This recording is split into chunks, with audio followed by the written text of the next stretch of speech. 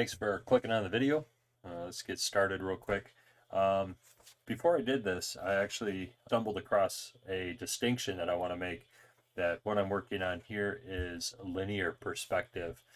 There is also a different type of perspective that is isometric, and the difference is the difference between the lines, parallel lines. In this case, linear perspective has lines that converge.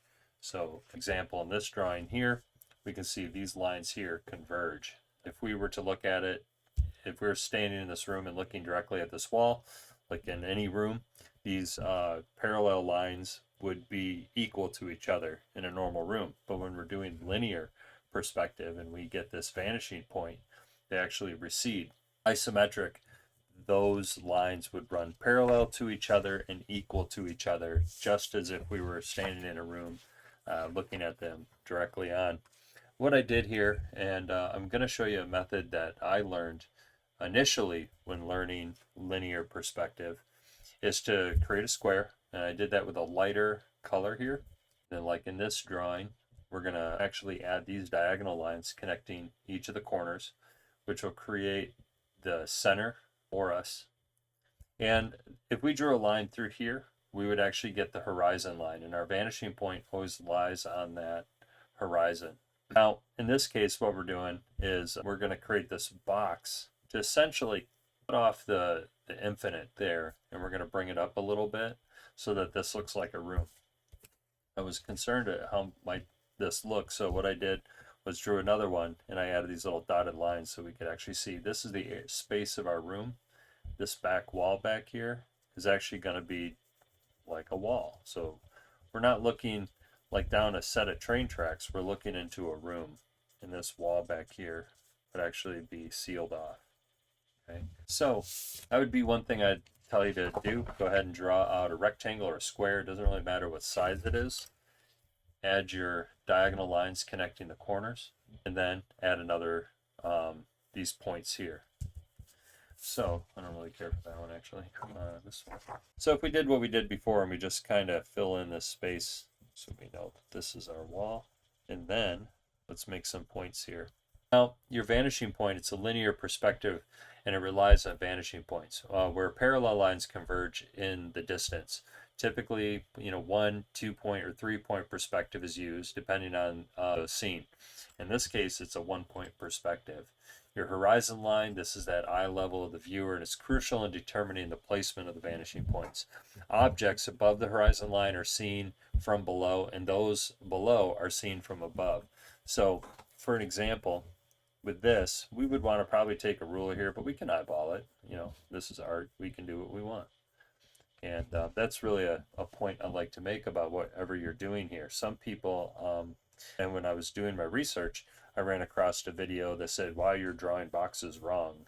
And they were looking at the isometric aspect, and they were telling people this is wrong. Well, it's not wrong, depending on the context.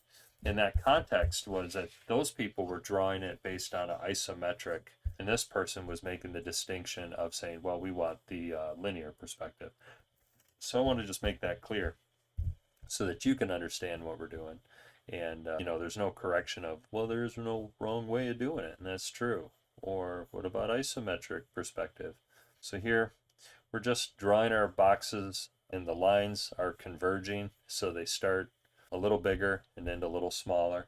And then these lines go out to that vanishing point that we created, that we kind of hid with that back wall. So we're not getting caught up too much in a train track or sidewalk kind of look. We're just shortening it up a little bit so we can focus on our boxes. And you can see, we can see the top of the box in this drawing, but we can see the bottom of the box in this drawing. That's because these lines, or these boxes, one is below the horizon line, the other one is above it. We could do something similar here.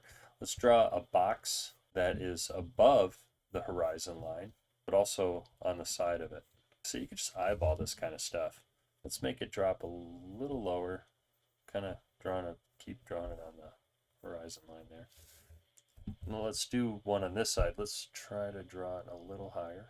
Let's draw it right up into the corner of the ceiling. So you can almost think of these like pictures, or you could think of them like an AC unit, air conditioning, or if you were drawing a microwave or something. little, you know, little cat or something, you'd be looking up at the top of this microwave or looking up at the bottom of it. So you see this bottom part here, side one, and so we can see this side wall here. And see what I did was when I drew this, I actually drew this on the wrong angle. You want those lines converging. The C doesn't really give us a good opportunity to see the bottom or the top of it like we can here. So let's go ahead and just draw one right here so we can see the top of our box. So here we go. My ball in this. You could take a ruler if you wanted, make these perfect.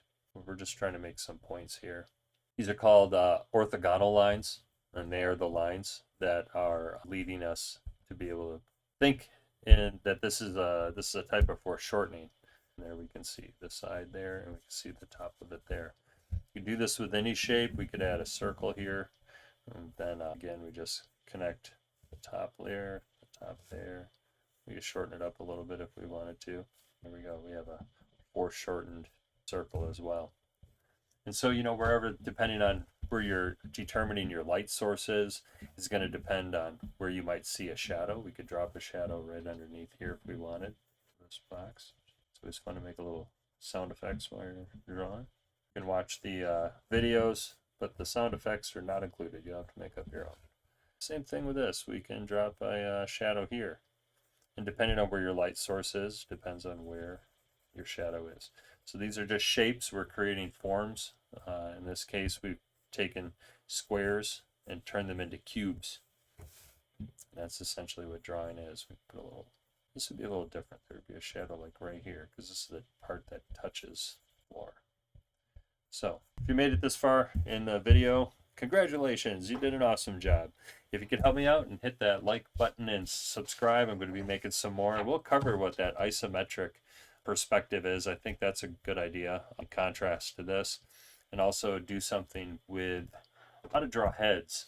I know that's an issue for some folks, and there are different methods out there. Some of them I don't use. I have my own method of doing that. So yeah, thanks again for watching, and see you later.